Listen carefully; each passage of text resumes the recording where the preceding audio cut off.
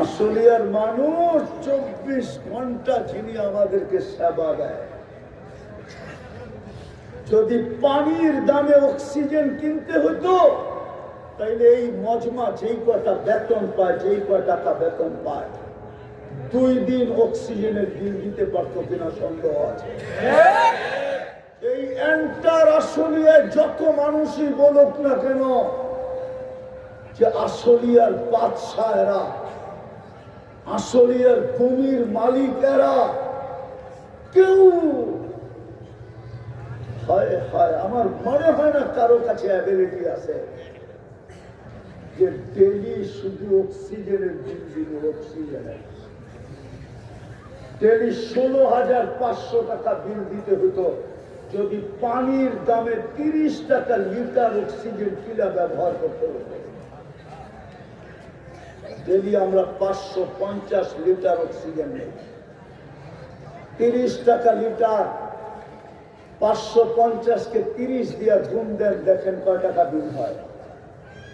16,500 টাকা মাসে বিল দিতে হইতো। 4,95,000 টাকা পার হেড, পার ফ্যামিলি না, পার মাথা।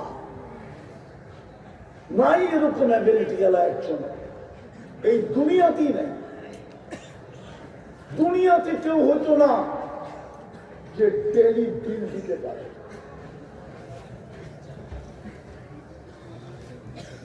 কে দেয় বিল? কে দেয়? কে দেয়? ওই আল্লাহ ডাকে যে ডেলি 16,500 টাকা পেট করে। শ্রমিক পেশার মানুষগুলো রাগ হয় না।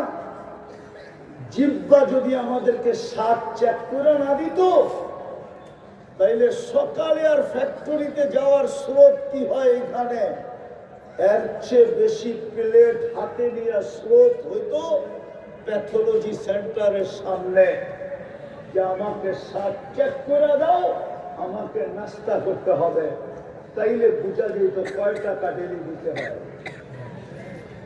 জিহ্বা 7 চেক করে দেয়, 1 টাকা বিল নেয় না। আবার আজ পর্যন্ত কোনো ভুল রিপোর্ট দেয় না। যতদিন পর্যন্ত আমি বেঁচে থাকবো এই জিহ্বা কোনো ভুল রিপোর্ট দিবে না। বিজ্ঞান আজ পর্যন্ত খুঁজে পায় নাই জিহ্বার ভিতরে এরকম কি লাগানো আছে ও ছুঁইতে দেরি, রিপোর্ট দিতে দেরি।